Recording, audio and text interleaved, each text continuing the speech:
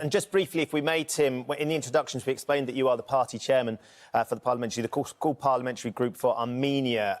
There is an ongoing situation in Nagorno-Karabakh that undoubtedly you are very concerned with. Can you just explain to our viewers who might not be aware of it what the situation is there and why we should be so concerned, why it's so important that the international community gets involved to try and settle the ongoing conflict?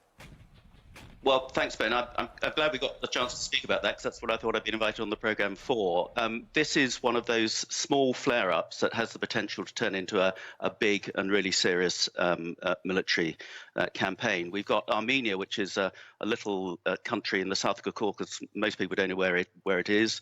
Azerbaijan next door, which most people probably couldn't spell it, and a place called Nagorno-Karabakh that most people can't pronounce. But what's happened there is conflict which rumbles back to the fall of the Soviet Union back in the 90s has re-emerged. And at the end of September, Azerbaijan invaded, effectively, Nagorno-Karabakh, a country of 10 million people, invading a country of just 150,000, but with Turkish support. And what's really worrying is that the Turks have been giving military support. They've been very bellicose in support of Azerbaijan's invasion.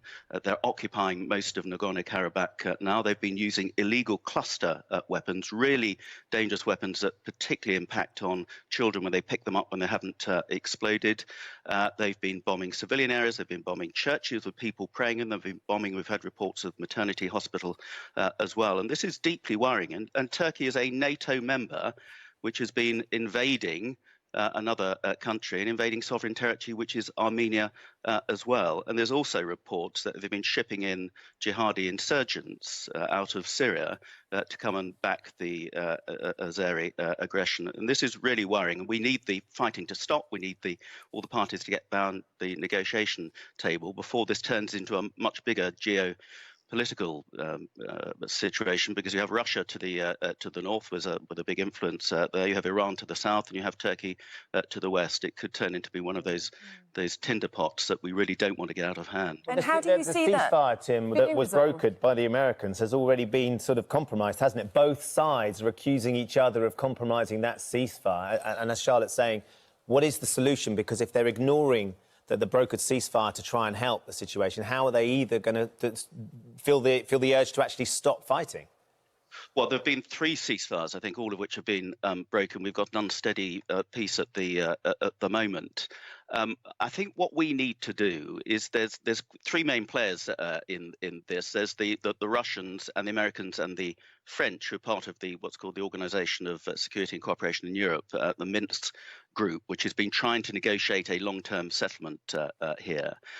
We need to get them to get heavier, but frankly, we need to get heavy on Turkey as well. Turkey is a NATO member. Turkey has been giving serious arms to Azerbaijan and military support to Azerbaijan to inflict military incursions into Armenian territory as well as to Nagorno-Karabakh. And Turkey needs to be calling out. I mean, Turkey's in danger of becoming something of a rogue state. And there's poor old Armenia, and the Nagorno-Karabakhans, who are mostly Armenian, are caught in the middle of this. And we have quite a big Armenian community in the UK. We have the Armenian National Committee who speak for them, and we get all these reports of what's happening, and it's absolutely devastating. This is a war that's going in the middle of a COVID crisis as well, that absolutely they don't need out there. So we just need them to stop, get round the table, and Turkey needs to be held to account for its role in all of this as well. OK, Tim Lawton, thanks very much for joining us to talk about that and other key issues of the day.